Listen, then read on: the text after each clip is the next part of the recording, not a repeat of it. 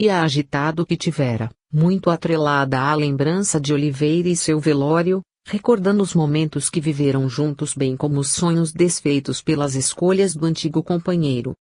Em sua alma, o vazio mais profundo dominava e, tão logo se reconheceu no mundo invisível, dirigiu-se a Cristiano com maior intimidade, como se o mesmo fizesse parte da família na condição paternal. Querido paizinho. E agora, como é que vou ficar? Atendendo à sua iniciativa verbal, Cristiano se acercou de Leonor semiconsciente, afagou-lhe os cabelos e respondeu, gentilmente. Ora, minha filha, como você se valeu nas horas difíceis, ao longo de toda uma vida de solidão e lutas. O apoio de Deus. Sim, Leonor, jamais lhe faltou o amparo superior e, ainda mais neste instante. O Criador sabe das necessidades das criaturas. Vendo que suas palavras produziam uma modificação positiva nos padrões vibratórios da protegida, Cristiano aproveitou o momento favorável e realizou as apresentações dos outros novos amigos. Tenho novos companheiros que estão aqui, Leonor, justamente a serviço do amor de Deus, para ajudá-la na superação destes momentos delicados pelos quais você começa a passar. Cristiano, então, apontou-lhe o instrutor, informando. Este é Jerônimo, professor de todos nós e que está aqui como irmão que oferece seu conhecimento e seu amor para nos ajudar e fortalecer seu espírito, minha filha. E este outro é Adelino, médico que domina o saber na área da medicina humana e que está aprofundando seus estudos na companhia de Jerônimo para entender as relações profundas entre o espírito e a carne, em matéria de equilíbrio e doença. Leonor sorriu agradecida, exprimindo-se com simplicidade. Ah! Como é bom a gente saber que Deus não se esquece de nós num momento tão doloroso para minha alma, paizinho. E agora, Leonor, está pronta para passearmos? Precisamos conversar com você para explicar-lhe algumas coisas, mas iremos fazer isso em outro lugar. Sorrindo para expressar sua aprovação, Leonor foi amparada por ele e por Jerônimo e, acompanhados por Adelino, seguiram para belo parque que se localizava às margens de vasto lago que conferia um pouco de umidade e frescor ao ambiente físico daquela cidade. Não se tratava de região no plano espiritual por onde os mentores espirituais e a recém-desligada do corpo carnal poderiam excursionar. O estado de consciência de Leonor não permitiria que ela fosse levada a planos mais sutis já que mantinha seus pensamentos dominados pela perda de Oliveira, fazendo com que sua alma estivesse desajustada em relação à leveza indispensável para realizações mais arrojadas, nas dimensões invisíveis.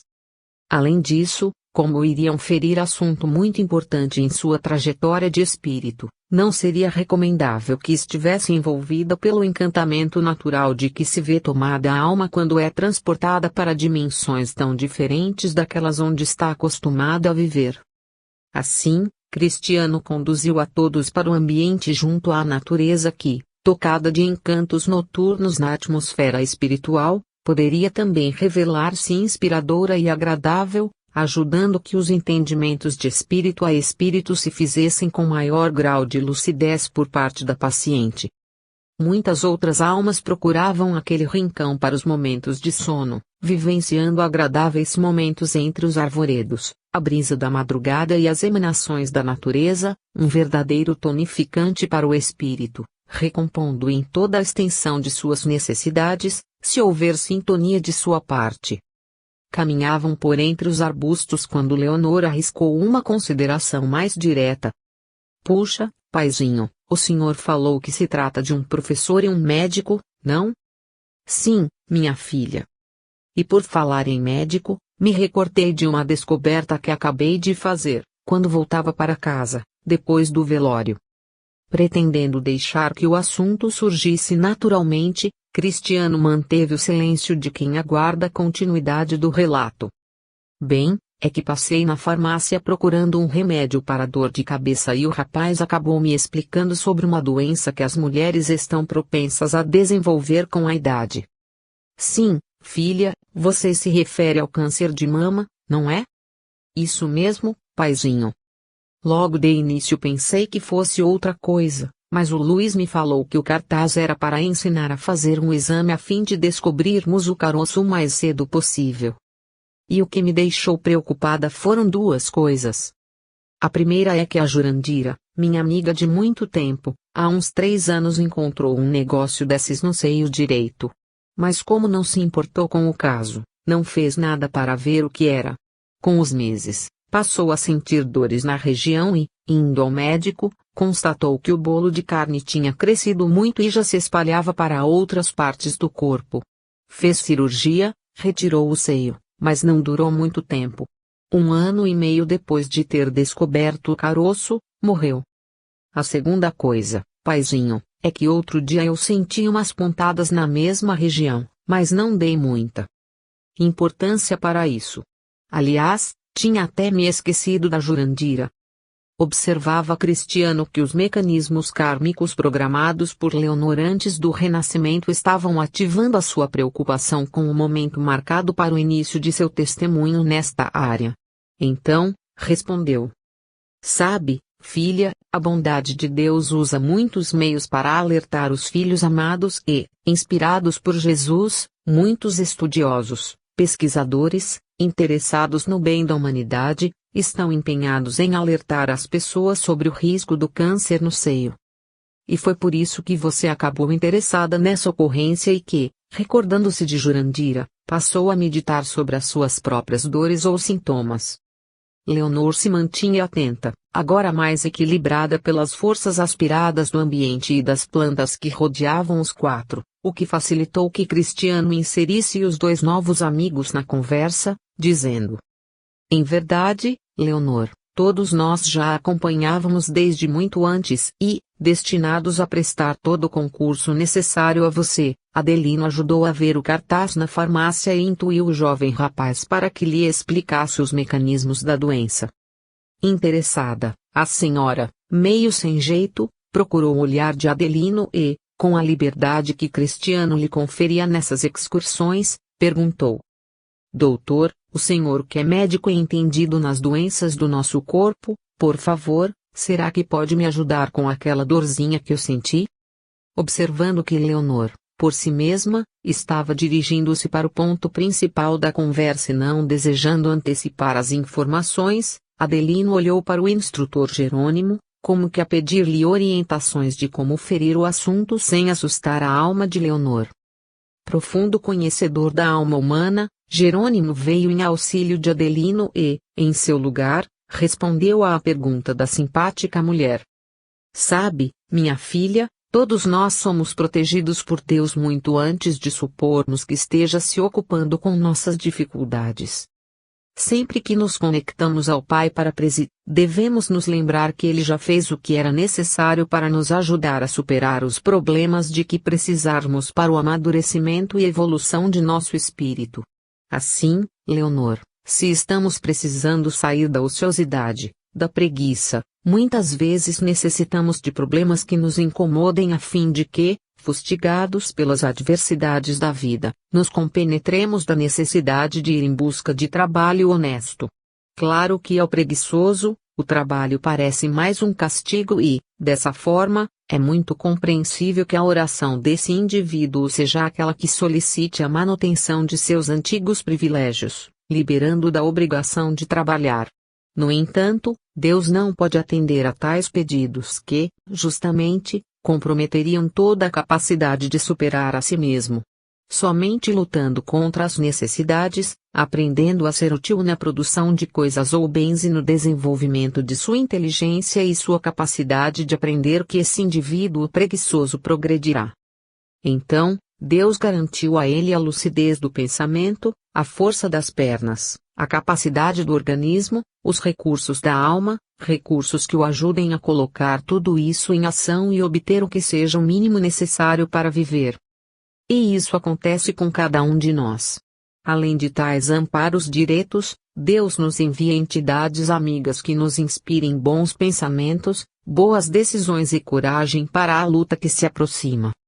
Se o preguiçoso, então, desiste de ser relapso, de ser acomodado em suas antigas práticas, Acatando a necessidade de superar seu ócio e ganhar o pão de cada dia através do trabalho, ele próprio descobrirá um novo mundo, onde haverá muitas coisas lindas esperando por aquele que sair de si mesmo e se transformar em um agente do amor verdadeiro, em vez de ser, tão somente, um roedor das estruturas da vida. Leonor ouvia atenta e curiosa, imaginando como a bondade de Deus era muito mais ampla do que poderia imaginar. Aproveitando o assunto, Jerônimo cuidou de tocar o foco das tarefas de todos eles. Como você pode ver, Deus não se esqueceu de você também, minha amiga. Não apenas por causa de Oliveira que, como sabemos, já está sendo encaminhado para onde seus passos o levaram ao longo da vida, para a escola do aprendizado necessário ao seu tipo de ignorância. Mas também por causa dessa dor que você se queixou a Cristiano. Tanto eu como Adelino somos médicos em estágios diferentes da medicina. E nos cumpre ajudá-lo a enfrentar e a superar os desafios que começam a surgir em sua estrada, não para que você seja derrotada por eles, mas para que não se esqueça de que Deus a preparou para vencer qualquer dor ou dificuldade. Silenciando para deixar Leonor assimilar melhor suas palavras, Jerônimo completou. Agora que você entendeu a solicitude do pai para com todos os seus filhos, Adelino já pode responder à sua pergunta.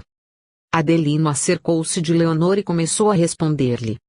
Sabe, querida irmã, todos nós programamos experiências em nossas vidas, através das quais superaremos limites, construiremos coisas mais belas ou apagaremos do nosso passado as nódoas que insistem em tirar a nossa paz interior. Assim, antes de você renascer, sua alma solicitou a oportunidade de reparar antigos débitos na área da sexualidade desajustada e que haviam produzido muitos danos para outras criaturas. Recordando-se de seu ontem de deslizes, em vida remota, você deparou-se com as práticas da venda do corpo, usado como instrumento de sedução e exibido como mercadoria para a cobiça dos que pudessem oferecer o melhor preço. Com essa prática, a exibição fácil do seio robusto do antigo organismo induziu ao desequilíbrio inúmeros homens que, despreparados para o autocontrole, se atiravam aos seus pés, sonhando em possuí-la e desfrutar dos prazeres emocionantes da aventura sexual leviana. Para todos os que você aceitava, sem considerar que se tratava de irmãos comprometidos com outras mulheres, chefes de família, pais ou membros importantes da comunidade, seu objetivo era o de obter ganho fácil, ao mesmo tempo em que ia construindo uma rede de influências e relacionamentos que a favorecessem em momentos difíceis, mesmo que fosse através da chantagem.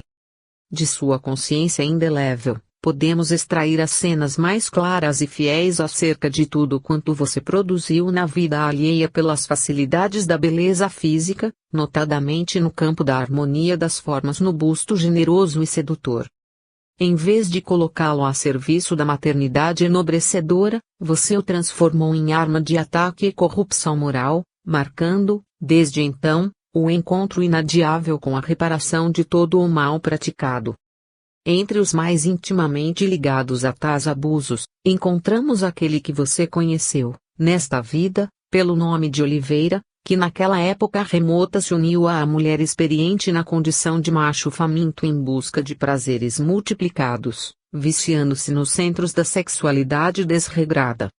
Arrastou por séculos essa dependência que não conseguiu fazer migrar da esfera da atração carnal para o amor mais sublimado, nem mesmo quando, nesta vida presente, o destino os reaproximou novamente. Encantado com suas formas juvenis, rememorou as emoções intensas experimentadas em sua companhia, mas amolecido nas fibras do caráter pelos vícios enraizados naquele período, preferiu as facilidades e os convites do sucesso ao trabalho árduo de reerguimento moral ao seu lado. Dessa maneira, vocês haviam construído um núcleo de crescimento moral através da reunião, num mesmo ambiente, dos amantes do passado, cúmplices e competidores no afeto da mesma fêmea. A presença de competidores, agora como filhos, inclinou a embarcação emocional de Oliveira na direção da fuga e da procura de novas oportunidades, relegando-a ao esquecimento e às inúmeras dificuldades que, de uma forma sábia, testaram seu caráter arrependido e encaminharam suas preocupações para a trilha saudável da responsabilidade maternal, obrigada a conquistar o respeito de si mesma de uma outra maneira que não a prostituição, lutando para obter o pão de cada dia para os próprios filhos e para si mesma. Não havia espaço em sua mente para a condição simultânea e ambígua de mãe e meretriz. Isso serviu de defesa ao seu espírito que começava o árduo caminho da luta moral, sem odiar aquele que a abandonou e sem abandonar aqueles que, um dia, você também explorara, criando sonhos e estimulando sensações viciosas ao extremo. Mantida na rota segura do bom proceder, seus compromissos espirituais seguiam na direção planejada e, dessa maneira, o amparo superior estava sempre perfeitamente conectado com seus anseios e necessidades. No entanto, restava em sua consciência a nódoa do delito que ligava as glândulas mamárias, sagradas para a sustentação da vida recém-nascida, às práticas sedutoras adotadas por você de maneira inadequada. Assim, segundo seus próprios desejos, consta da programação da presente vida física, o resgate dos desajustes do passado através da tumoração cancerosa que vem transferir para o corpo carnal os detritos acumulados na região respectiva, alimentados pelos pensamentos cobiçosos, pela fixação mental na sua utilização errônea, pela transformação deles em força deletéria, causadora da infelicidade de muitos semelhantes. Você programou, com a autorização superior, a limpeza de sua consciência e de seu perispírito através da enfermidade respectiva que lhe possibilitará demonstrar a sua efetiva conscientização a respeito das responsabilidades para com o corpo na Terra. Sem esse tipo de testemunho pessoal, ainda poderia restar em sua mente algum resquício de leviandade, contaminando seu caminho nos séculos vindouros. Por isso, Leonor, é que estamos aqui. Tocada pela palavra esclarecedora de Adelino, impregnada de vibrações amorosas e suaves, Leonor relembrava do grau de responsabilidades para com os testes solicitados antes de sua encarnação, envolvida por uma onda de lágrimas serenas, que rolavam pela face sem causarem estragos ao seu equilíbrio íntimo. Levada pelos quadros mentais que Adelino ia revelando, por instantes Leonor se transformara naquela mulher exuberante de séculos atrás, apresentando os traços marcantes dos corpos invejados e os trejeitos típicos das mulheres que aviltam os sentimentos verdadeiros, para transformá-los em valores econômicos. Certa arrogância em suas posturas dava bem o tom do quanto ainda existia daquela mulher de outrora na pobre Leonor de hoje. Era preciso expurgar da alma os traços que a faziam parecer-se, em espírito, com a mesma criatura que tanto mal havia espalhado entre os que cruzaram seu caminho. Entre tudo o que se podia vislumbrar, entretanto, a região torácica sobressaía a atenção imediata. Por mais que desejasse ocultar, a sede geradora dos desequilíbrios mais marcantes jazia transformada em um ambiente apodrecido. A área do busto era a expressão da noite trevosa e sinistra. Cada seio se apresentava aos olhos espirituais assemelhando-se a uma couve-flor escura, marcada por protuberâncias que roubavam as glândulas mamárias, o contorno suave e delicado com os quais se caracterizam costumeiramente, quando em equilíbrio magnético. Com superfícies rígidas, endurecidas como se feitas de pedra, os seios ostentavam os desajustes construídos pela mente fixada nos prazeres excessivos e aviltantes, escravizadores de outras pessoas, podendo-se dizer, sem qualquer dúvida, que eram a parcela decisivamente mais enferma do perispírito de Leonor. Cabia, assim, drenar tais desajustes para a carne mais densa, liberando-se a consciência feminina das acusações ou culpas que acumulara ao longo de todo o tempo em que tais partes íntimas foram usadas visando apenas a remuneração da sensação que produziam nos outros. Entendendo os motivos e sentindo em si mesma essas alterações, Leonor levou por instantes a mão ao peito, como a defender-se de intensa dor que passara a sentir na região, agora transformada em razão das recordações vívidas que lhe pulsavam no âmago do ser. Constatou, então, que sua mão tocara a região delacerada e pastosa, chamando-lhe a atenção para o estado geral em que se encontrava. Um grito de horror saltou de sua garganta, como alguém que se assusta diante de uma cena de terror. Amparada por Jerônimo e Cristiano, Leonor se acalmou um pouco, mas, intensamente assustada, exclamou: "Livrem-me desses vermes horríveis, por amor de Deus!" "Calma, filha", exclamou Cristiano. "Eles são apenas as criações de sua mente, lembrando-se de seu estado pretérito.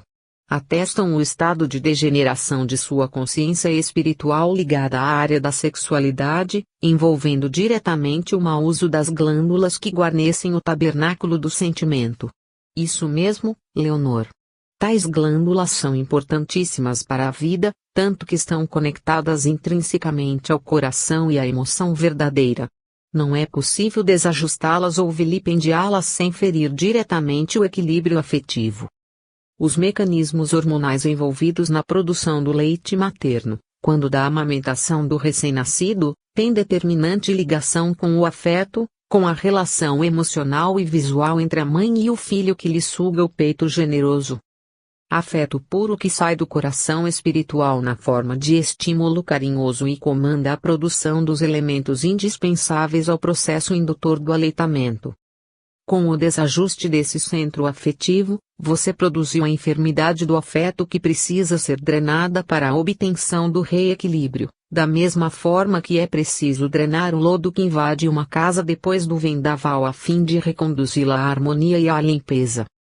Não se consegue colorir novamente as paredes nem limpar os móveis se o solo se encontra empapado de lodo e lama. E por isso, filha, chegou para sua alma o tão esperado instante do trabalho de limpeza através do próprio perdão.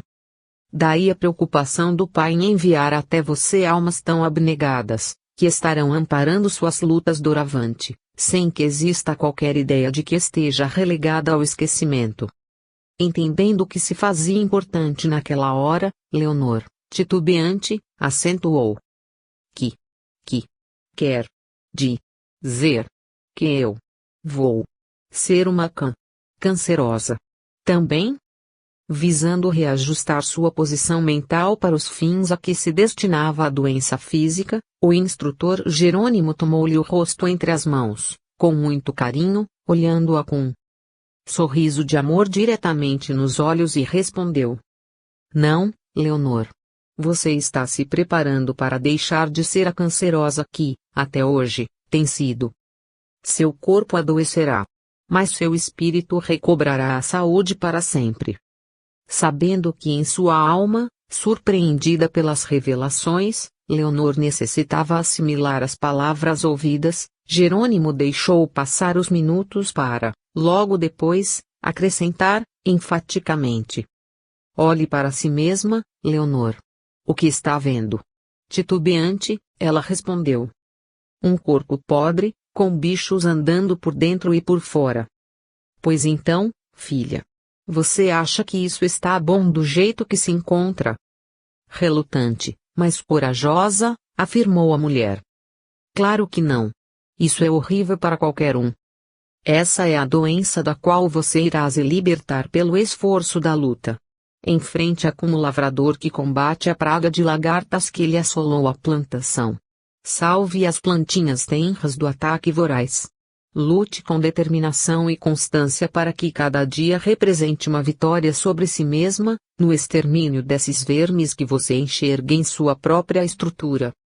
"Mas eu posso morrer dessa doença", respondeu Leonor raciocinando como qualquer encarnado.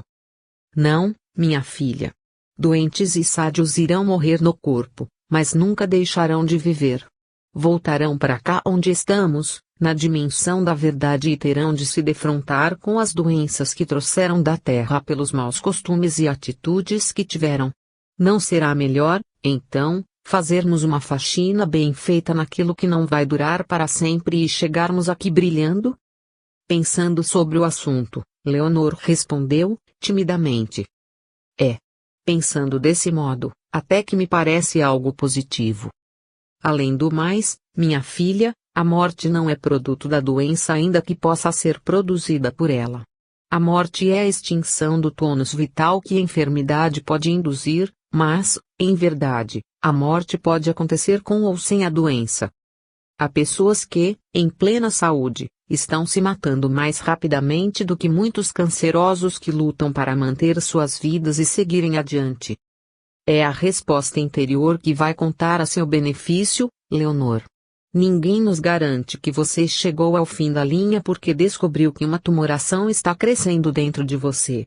Viva intensamente cada dia, busque a alegria de viver, trabalhe no bem, abasteça-se de Deus em tudo o que fizer. Descubra que aquele que se alimenta das forças sublimes do Criador, através do ideal que constrói um mundo novo, consegue fazer milagres que o mais competente dos médicos e o mais potente dos remédios estão longe de conseguirem. Não comece a luta imaginando que é o caixão que a estará esperando ao final. Aliás, vale lembrar que, desde o dia em que nascemos, deveríamos nos preparar para o dia do regresso. Mas você pode dar exemplos de nobreza, de coragem, de integridade da fé, de fortaleza moral, reerguendo os que estão ao seu lado, os abatidos que cruzarem seu caminho, restabelecendo o ânimo de muitos aflitos só pela observação de sua conduta diante da doença do corpo. Lembre-se, a doença está deixando de ser do espírito e sendo transferida para as estruturas perecíveis da matéria. Você está ficando saudável, Leonor. Estaremos ao seu lado, todos os dias, pelo tempo que o Senhor nos autorizar e pela receptividade que sua alma nos conceder. Se você desistir, nós não poderemos violentar a sua vontade e, então, teremos que ir embora como dois derrotados pelo seu desânimo. Vamos nos unir, porque a bondade de Deus não deseja a sua destruição, nem o sofrimento do corpo. Vamos transformar tudo isso em saúde para os outros e, certamente, o Criador saberá vislumbrar novas tarefas para a sua vida física, não sendo difícil que a sua transformação interior, onde se radica o foco do desequilíbrio, modifique o panorama do exterior, acelerando o processo de cura física. Sare logo por dentro, Leonor, que o câncer de fora acaba mais depressa. Emocionada com as exortações do instrutor Jerônimo, Leonor, agora, chorava de esperança, confiante na bondade de Deus, raciocinando que se os cancerosos devessem morrer, o Criador não teria autorizado a descoberta de procedimentos terapêuticos, de cirurgias, de remédios químicos que viessem ajudar o combate da enfermidade. Se tudo isso era possível, era porque Deus também estava interessado em que os homens se reajustassem moralmente, buscando aprender a fazer a faxina interior e a se esforçarem na prática do bem, apesar de suas próprias dificuldades. Se Deus era tão bom, nenhuma doença poderia ser tão má assim. Nenhum câncer era maior do que o amor de Deus, a sublime quimioterapia da alma, a radioterapia da esperança. Lembrou-se da luta pelo amparo dos filhos, pela sua criação, pelos sacrifícios como empregada humilde na casa de gente rica, pelas dores anônimas que superou para que seu carinho pelos pequenos pudesse transformar-se em pão, leite, roupa limpa e escola e o quanto Deus a auxiliara ao longo de tantas décadas. Ao pensar dessa maneira, a aparência de Leonor foi se transformando novamente. Sem se dar conta, à medida que o otimismo retomava o controle de seus pensamentos e sentimentos, o corpo dilacerado foi sendo renovado por uma nova estrutura, agora carregando o coração de uma luz brilhante e clara que iluminou pequena área ao redor do grupo espiritual. Vendo a luz aumentar ao seu redor, Leonor assustou-se imaginando que o dia começava a clarear e que se fazia necessário regressar ao corpo. Observando a sua inocência diante do referido fenômeno luminoso, Cristiano sorriu e lhe disse: "Não é o dia que começa a clarear, minha filha. Olhe bem para você mesma." Encantada, então, Leonor passara a perceber as irradiações que pulsavam de seu coração, iluminando o pequeno campo em sua volta e, mais comovida ainda, ajoelhou-se na relva, com vergonha de si própria. Os três amigos ajoelharam-se com ela e Jerônimo, feliz com a sua aceitação, lhe disse, em tom carinhoso: "Esta é a sua alvorada, minha filha. É você que começa a amanhecer para a verdade e para o próprio perdão. Agradeçamos a Deus por este momento tão especial em nossas vidas." E ali, entre os braços do arvoredo que filtravam a luz das estrelas do infinito, Cristiano elevou a oração com a qual dava graças pela soberana solicitude que permitia que os condenados se libertassem, que os caídos se levantassem, que os sujos se limpassem, que os fracos se tornassem fortes e que os doentes da alma encontrassem a cura definitiva. 12. O autoexame. Ao amanhecer, Leonor foi trazida por seus amigos espirituais para o corpo carnal, preparada para as descobertas que dariam início à nova fase de sua existência, aquela na qual sua alma iniciaria o trabalho mais importante para a recuperação da própria confiança. Lentamente reacoplada ao organismo, seu despertar foi suave e sem sobressaltos. Uma sensação de coragem e paz interior, confiança e alegria davam-lhe a ideia de que poderia vencer todos os obstáculos que lhe surgissem dali por diante. Tinha uma vaga noção de ter sido levada a um grande parque onde as estrelas fulguravam no firmamento e nesse ambiente exuberante encontrara-se com velhos conhecidos, tendo sido por eles aconselhada. Não saberia dizer qual o teor dos conselhos, nem poderia identificá-los pelo nome. Apenas lhe restava a impressão firme de que eram seus amigos e na presença deles se sentia segura e confiante. Tentou reter na memória os lances mais emocionantes do encontro, ao mesmo tempo em que os espíritos amigos, presentes no seu quarto, a envolviam em doces vibrações para que tais lembranças pudessem ficar cristalizadas de maneira indelével em sua memória.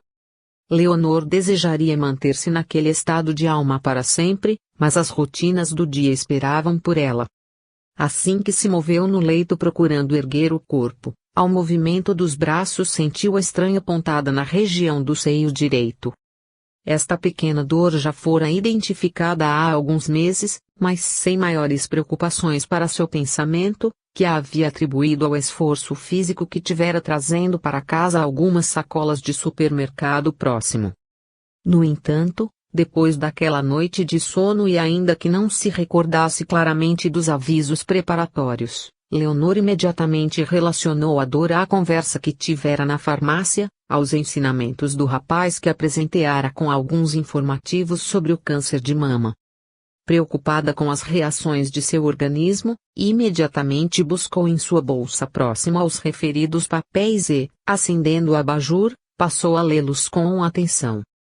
Informando-se sobre o diagnóstico precoce, através da apalpação correta da glândula mamária, entendeu como poderia fazer em si mesma as primeiras averiguações sobre a existência ou não de algum nódulo suspeito.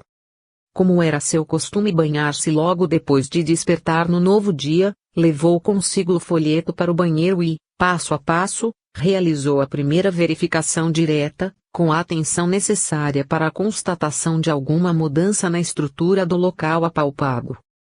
Quando realizou o exame no seio direito, surpresa, pôde notar a presença de uma área enrijecida, de pequena dimensão, mas que não se deslocava com os movimentos realizados durante a palpação. Tal área coincidia com aquela que vinha apresentando as pequenas fisgadas e que ela atribuía ao exercício físico ou ao esforço inusual. Voltou ao folheto e continuou lendo as orientações. Realizou os autoexames conforme se descrevia na orientação para o diagnóstico precoce e, ao final, não lhe ficaram dúvidas sobre a possibilidade real de aquilo se tratar de uma suspeita de câncer. No mesmo instante, foi acometida de uma crise de choro.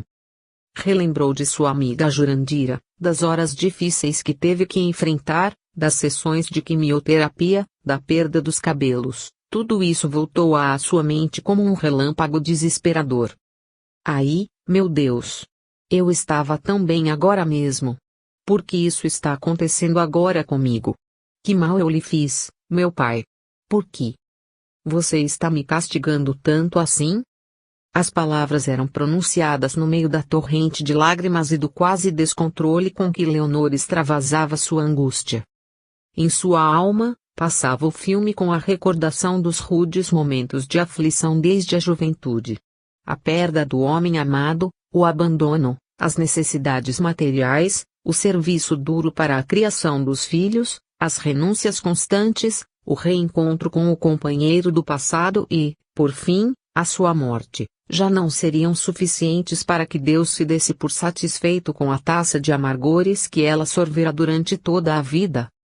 Essas indagações, em tom de desabafo e confissão, eram testemunhadas pelos amigos invisíveis que ali se encontravam ao seu lado para ampará-la na hora delicada. Apesar de todos os anúncios prévios, de todas as orientações conscientizadoras, de todo o apoio que lhe fora franqueado por parte do mundo espiritual, era compreensível que, reassumindo o controle do mundo físico vestindo traje de células, Leonor não se modificasse de uma hora para outra. Reagiria como uma pessoa inserida no contexto da desinformação, do descontrole emocional, do medo do desconhecido, como acontecia com a maioria das pessoas.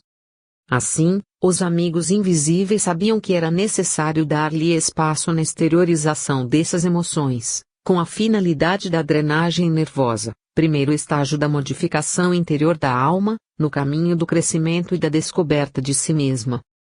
Longos minutos correram entre a constatação do nódulo mamário e a conversão da descoberta em lágrimas e imprecações contra Deus, como se o Criador houvesse sido o responsável pelos deslizes do passado que originaram a enfermidade da alma, agora canalizada para os tecidos orgânicos. Quando se acomodou no mesmo leito de onde havia saído, caída em prostração sobre o travesseiro que lhe servia de único amigo para a hora difícil, Cristiano se aproximou mais de sua tutelada e, tocando seus centros de percepção espiritual, aplicou-lhe passes magnéticos calmantes, ao mesmo tempo em que a auxiliava na reformulação dos pensamentos. Sua palavra paternal penetrava a acústica espiritual de Leonor como jatos luminosos que combatiam as imagens escuras e negativas que o cérebro de sua protegida produzia, ao imaginar as dolorosas consequências da doença que se anunciava. Seu descontrole em nada auxiliava no combate à doença. As imagens tristes e pessimistas que a envolviam, funcionavam como uma camada de densa fuligem, contaminando sua estrutura magnética como se ela estivesse rodeada por uma bolha de fumaça escura de odor nauseante, produto do seu medo, de sua revolta imediata, de seu desajuste emocional, de sua imprecação contra a fonte de todas as bênçãos. Por desconhecer a natureza dos fluidos, na estrutura de sua modelagem e de sua neutralização, a maioria dos homens e mulheres do mundo ingere medicação química comprada na farmácia a peso de ouro com a qual buscam combater a enfermidade, mas alimenta a doença que carrega em si mesmo com o fluxo de pensamentos medrosos, rebeldes, insensatos, produzindo e se alimentando das formas pensamento que povoam o seu universo vibratório com verdadeiros corrosivos fluídicos. A doutrina espírita apresenta muitas páginas explicativas sobre tais qualidades e particularidades dos fluidos, valendo a referência ao capítulo 14 da obra A Gênese, de Allan Kardec, id., que em seus parágrafos 15, 16 e 18 ensina, 15. Sendo os fluidos o veículo do pensamento, este age sobre os fluidos como o som age sobre o ar, eles nos trazem o pensamento como o ar nos traz o som. Pode-se dizer, pois, com toda a verdade, que há, nestes fluidos, ondas e raios de pensamento que se cruzam sem se confundirem, como há no ar ondas e raios sonoros. Há mais, o pensamento, criando imagens fluídicas, se reflete no envoltório perispiritual como num vidro, aí toma corpo e se fotografa de alguma sorte. Que um homem, por exemplo, tenha a ideia de matar um outro, por impassível que seja o seu corpo material, seu corpo fluídico é colocado em ação pelo pensamento, do qual reproduz todas as nuances, ele executa fluidicamente o gesto, o ato que tem o desejo de cumprir, o pensamento cria a imagem da vítima e a cena inteira se desenha, como num quadro, tal como está em seu espírito. É assim que os movimentos mais secretos da alma repercutem no envoltório fluídico, que uma alma pode ler em outra alma como num livro e ver o que não é perceptível aos olhos do corpo. Contudo, vendo a intenção, ela pode pressentir o cumprimento do ato, que lhe será a sequência, mas não pode determinar o momento em que se cumprirá, nem precisar-lhe os detalhes, nem mesmo afirmar que ocorrerá, porque circunstâncias posteriores podem modificar os planos e mudar as disposições. Ela não pode ver o que não está ainda no pensamento. O que outra alma vê é a preocupação habitual do indivíduo, seus desejos, seus projetos, seus propósitos bons ou maus. 16. Desde o instante que estes fluidos são o veículo do pensamento, que o pensamento pode modificar-lhes as propriedades, é evidente que eles devem estar impregnados de qualidades boas ou más dos pensamentos que os colocam em vibração, modificados pela pureza ou pela impureza dos sentimentos. Os maus pensamentos corrompem os fluidos espirituais, como os miasmas deletérios corrompem o ar respirável. Os fluidos que cercam ou que projetam os maus espíritos são, pois, viciados, ao passo que aqueles que recebem a influência dos bons espíritos são tão puros quanto comporta o grau da perfeição moral destes. 18.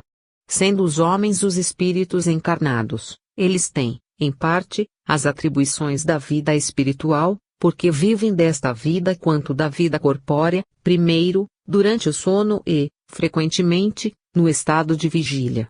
O espírito, em se encarnando, conserva o seu perispírito com as qualidades que lhe são próprias e que, como se sabe, não está circunscrito pelo corpo, mas irradia todo ao redor e o envolve como de uma atmosfera fluídica.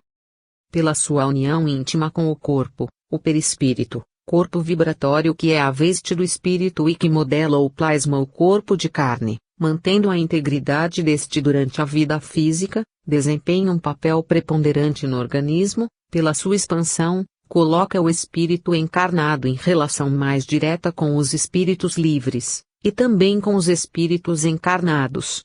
Texto grifado é nosso. O pensamento do espírito encarnado age sobre os fluidos espirituais como o dos espíritos desencarnados, ele se transmite de espírito a espírito pela mesma via, e, segundo seja bom ou mau, saneia ou vicia os fluidos circundantes. Se os fluidos ambientes são modificados pela projeção dos pensamentos do espírito, seu envoltório perispiritual, que é parte constituinte de seu ser, que recebe diretamente e de maneira permanente a impressão de seus pensamentos, deve mais ainda carregar a marca de suas qualidades boas ou más. Os fluidos viciados pelos eflúvios dos maus espíritos podem se depurar pelo distanciamento destes, mas o seu perispírito será sempre o que é, enquanto o próprio espírito não se modificar. Sendo o perispírito dos encarnados de uma natureza idêntica à dos fluidos espirituais, assimila-os com facilidade, como uma esponja se embebe de líquido. Estes fluidos têm, sobre o perispírito, uma ação tanto mais direta que, por sua expansão e sua irradiação, se confunde com eles. Estes fluidos agindo sobre o perispírito, este, por sua vez, reage sobre o organismo material, com o qual está em contato molecular. Se os eflúvios são de boa natureza, o corpo sente-lhes uma impressão salutar; se são maus, a impressão é penosa; se os fluidos maus são permanentes e enérgicos, eles podem determinar desordens físicas; certas doenças não têm outra causa. 20. O pensamento produz, pois, uma espécie de efeito físico que reage sobre o moral. É o que só o Espiritismo poderia fazer compreender. Assim, queridos leitores, o estudo das características dos fluidos pode ser extremamente benéfico a todos os que desejam vencer o adversário usando armas eficientes para isso, em vez de ajudar o inimigo com atitudes mentais que outra coisa não fazem do que permitir-lhe o avanço ainda mais acelerado. Era isso tudo o que estava em jogo naquele modesto quarto onde Leonor, abatida, emitia pensamentos de tal natureza inferiores, que vergastavam-lhe o corpo carnal, acelerando o assédio da enfermidade, ao passo que os amigos invisíveis se esforçavam para limpar-lhe o campo fluídico a fim de que a inalação desse conteúdo deletério não produzisse ainda mais sofrimentos.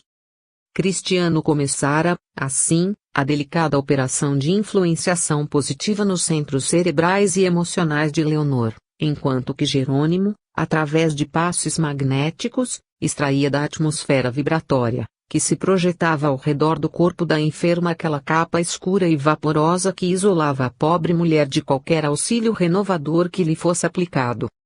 Necessário, pois, o trabalho duplo da limpeza externa e da renovação da fonte originária de toda fuligem, sediada no pensamento de Leonor. De nada seria eficaz o trabalho exterior da faxina vibratória se a fonte continuasse a emitir a fumarenta camada de energias. Por esse motivo, o trabalho conjugado de Cristiano e Jerônimo, a atuar nas duas frentes, produzindo os benefícios adequados no devido tempo.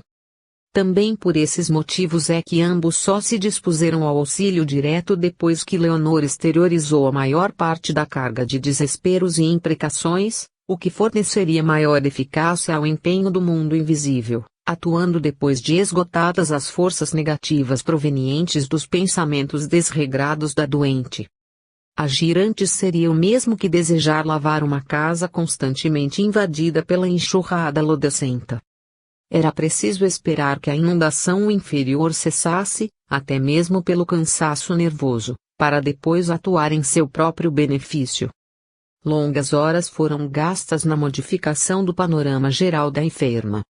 Depois do choque inicial e da reação explosiva que misturava o medo, a indignação, a revolta mesmo, o desgaste nervoso precisava ser compensado para o reequilíbrio do centro do pensamento. Assim, identificando-lhe o cansaço, como acontece com o lutador que gasta sua raiva nos primeiros embates, mas que vai se incapacitando para a resistência pelo escassear das energias que o sustentem, os instrutores espirituais drenaram as manifestações deletérias originadas da sua mente em desalinho e, quando o momento se apresentou favorável, induziram-na novamente ao sono reparador. O descanso, ainda que breve, seria uma forma de dar trégua ao cérebro em curto-circuito de pavor, ao mesmo tempo em que Leonor voltaria a sentir a presença dos mesmos amigos da madrugada, voltando ao contato com a esperança que a havia abastecido horas antes. Assim que saiu do corpo no ambiente do quarto modesto, encontrou o Cristiano ao seu lado. Correu para ele, como uma criança apavorada busca o colo aconchegante do pai. Paizinho. Paizinho, socorre-me. Estou com câncer, dizia, entre assustada e chorosa. Calma, minha filha, estamos aqui há um bom tempo, preparando sua alma para este momento. Mas essa doença mata, dizia Leonor, agoniada com a tranquilidade do espírito amigo. Ora, Leonor, a vida é indestrutível. Raciocine com base na eternidade da vida e você verá que não é necessário todo este desespero, filha. Mas, paizinho, estou só, sem ninguém que me ajude nesta hora. Se Oliveira ainda estivesse por aqui. Você nunca está sozinha, Leonor. Nunca esteve e nunca estará. Não se recorda dos amigos que lhe apresentei? 2 médicos que, juntamente comigo, estão cuidando de você antes mesmo que seu exame apontasse para o pequeno nódulo no seio. Deus está sempre conosco, filha, ainda que não entenda isso neste momento de descoberta. Além do mais, você é muito mais forte do que pensa, Leonor. Acariciando suas mãos aflitas, continuou. Quem foi que superou todas as lutas de uma vida de dificuldades e abandono? Se Oliveira foi testado em sua capacidade realizadora no campo da tarefa pública, do serviço ao povo, dos deveres morais e materiais como embaixador dos miseráveis, você foi testada na capacidade de resistência, de perseverança, de coragem, minha filha. E esteja certa de que você é uma vitoriosa. Este momento é o coroamento de suas lutas, Leonor. Não se trata de punição, mas de honra ao seu caráter íntegro, ao seu espírito audaz, à sua capacidade pessoal de enfrentar todos os obstáculos sem perder a fé. Não significa derrota antecipada, nem certeza de insucesso. Cada pensamento negativo é mais danoso do que o pequeno nódulo que está no seu corpo. E enquanto a matéria orgânica está se esforçando para combater o invasor sutil, que pensar do inteligente administrador físico que se empenha em favorecer o crescimento do mal. Suas células sadias estão organizando a resistência heróica. Seria justo que você, a comandante do exército celular, traísse tal disposição de resistência e se aliasse ao invasor para ajudá-lo a consolidar suas bases? Vamos, Leonor. Tudo ao seu redor é presença divina convidando ao reerguimento. Lembra-se da farmácia? Do jovem balconista que a atendeu de forma tão interessada e cortês? Do cartaz na parede e dos folhetos que lhe foram entregues? Tudo isso, filha, são mensagens de Deus preocupado com você para que sua atenção fosse conduzida ao foco do pequeno problema a fim de que acabasse detectado em tempo de ser sanado. Além do mais, pesquisadores do mundo todo estão desenvolvendo tratamentos para combater o agente agressor.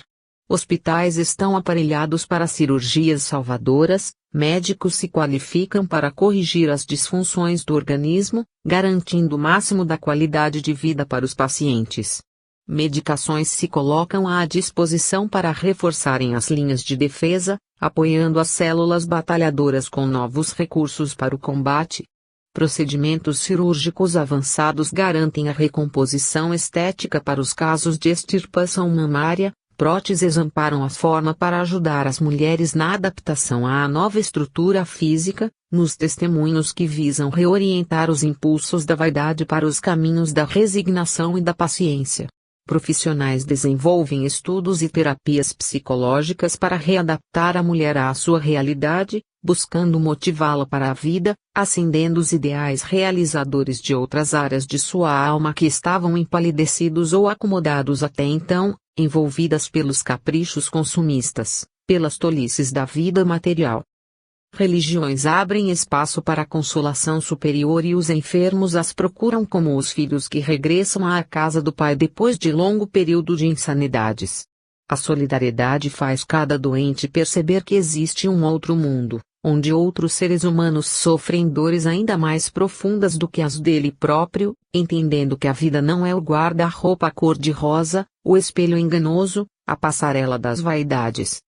Livros ensinam a superar os próprios limites e relatam histórias de heróis anônimos que, no silêncio de suas vidas, não venceram apenas as doenças, as mutilações necessárias, as disfunções resultantes dos processos terapêuticos, mas venceram a si mesmos, no medo que sentiam.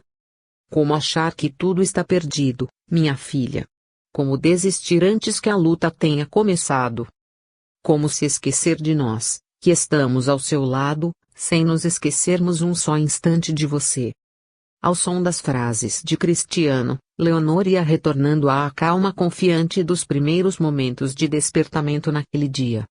O fluxo de ideias se normalizou e novas imagens surgiam à sua volta.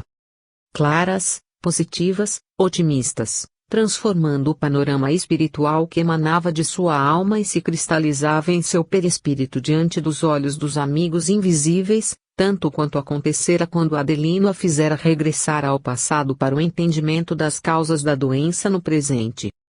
Retemperada para a luta, Cristiano aplicou-lhe energias na área da lembrança, na região do perispírito, ao mesmo tempo em que Adelino se concentrava sobre a região do córtex cerebral, estimulando os terminais celulares do órgão usado pela mente para arquivar as lembranças do sono, de forma que, ao retornar ao corpo, a Leonor consciente pudesse manter a impressão positiva dos conselhos ouvidos de Cristiano, ajudando a preservar o estado geral de equilíbrio para a melhoria das funções do organismo como um todo.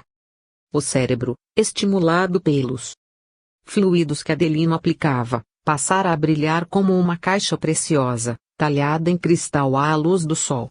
Assim, quando Leonor, em espírito, foi trazida por seu protetor espiritual para a recolocação junto à máquina orgânica, a acoplagem da mente ao cérebro se deu em uma atmosfera vibratória muito intensa, facilitando a transferência dos conselhos recebidos espiritualmente para a memória física do nível consciente. Em breve, Leonor despertava do breve sono, guardando outra disposição interna. Sua angústia ainda dava sinais de existência, mas, agora, a lembrança de que estivera nos braços de um pai amoroso e conselheiro, falando-lhe ao coração com palavras positivas atenuava as reações descontroladas e, mais serena, reergueu-se para ler novamente o folheto que, em outra parte de suas linhas, informava ao paciente que nem todos os nódulos indicam a presença de câncer, que existiam certas formações nodulares que podiam ser confundidas com tumoração, mas que, ao contrário, Não se tratava de formas malignas e sim de edificações benignas e sem perigo. No entanto, tal diagnóstico só poderia ser dado com exatidão por algum médico especializado, através de exames que deveriam ser realizados segundo suas indicações. Lendo melhor o folheto, Leonor defrontou-se com a ressalva que, até aquele momento, não havia notado. Ora, nem tudo está perdido, falou ela para si mesma. Pode ser que isso não seja câncer, como está escrito aqui. E eu já estou me matando antes do tempo. Que burra que sou, mesmo. Vamos lá, Leonor, respire fundo, cabeça para cima, sorriso na cara e vida para frente, porque é o médico que vai te ajudar. Leonor conversava consigo mesma, com base nas lembranças intuídas da conversa com Cristiano. Mas e se for câncer? Ora, Leonor, se for, a gente vai lutar contra ele e, como está escrito aqui no folheto, ele tem cura. E você vai se curar, horas.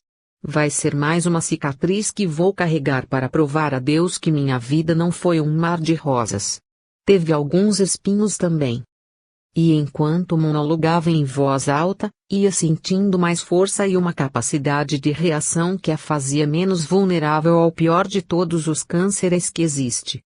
O câncer que se chama medo. Ora, raios, onde será que eu pus o telefone do médico? Leonor não se lembrava de que, apesar de estar buscando a ajuda indispensável do médico humano, era a paciente atendida por 2 especialistas em medicina do mundo espiritual, além do amoroso Cristiano, outro médico da emoção, que a conhecia profundamente e a sustentava há décadas nas lutas contra as adversidades. Era Deus atuando em favor de seus filhos, muito antes que os próprios filhos imaginassem que iriam precisar de sua ajuda. Recordando o amorável conselho de Deus e do Cristo, através da palavra sábia de um de seus mais inspirados representantes espirituais, entregamos a você, queridos leitores, que pode estar, agora, na condição de enfermo de qualquer doença, seja do corpo ou da alma, do afeto ou da consciência, enfermidade curável ou de difícil solução, o conselho sábio de Emmanuel, através do médium Francisco Cândido Xavier, na mensagem endereçada ao seu coração. O auxílio virá.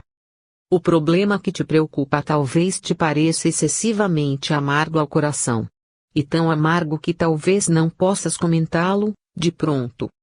Às vezes, a sombra interior é tamanha que tens a ideia de haver perdido o próprio rumo. Entretanto, não esmoreças. Abraça o dever que a vida te assinala. Serve e ora. A prece te renovará energias. O trabalho te auxiliará. Deus não nos abandona. Faze silêncio e não te queixes. Alegra-te e espera, porque o céu te socorrerá. Por meios que desconheces. Deus permanece agindo. Recados do Além, Capitão 49, Ideal. 13. Atmosfera de cada enfermo. Assustada, mas procurando se manter em equilíbrio, Leonor encontrou o telefone do médico que poderia ajudá-la na avaliação do seu estado de saúde, iniciando o longo trajeto da luta contra esse obstáculo que desafia a fé das criaturas e as convida ao melhoramento de si mesmas. A consulta foi marcada para umas 3 semanas depois, tempo longo para a espera de quem precisa saber se está ou não sob o assédio da enfermidade de que se suspeitava. Depois da primeira semana, que passou entre pensamentos de preocupação, trabalhos manuais, a televisão e as raras saídas de casa, Leonor viu que não suportaria esse estado de coisas e que teria dificuldades de permanecer calma sem o apoio de alguém.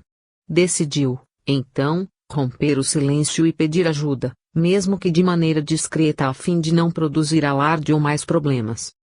Como não gostaria de estar sozinha nos momentos difíceis porque estava prestes a passar, ligou para sua filha Rosimeire, que se encontrava empregada em um trabalho que lhe fora conseguido através da intervenção velada de Oliveira, usando as influências que possuía.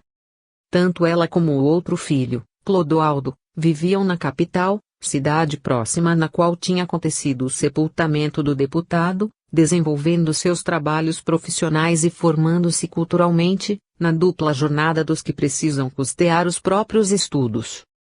O telefonema de Leonor foi uma surpresa para a filha que, imediatamente, se colocou à disposição da mãe para acompanhá-la, alegando que estava com tempo livre e ficaria muito feliz em passar alguns dias na companhia dela. Leonor não sabia direito qual era a atividade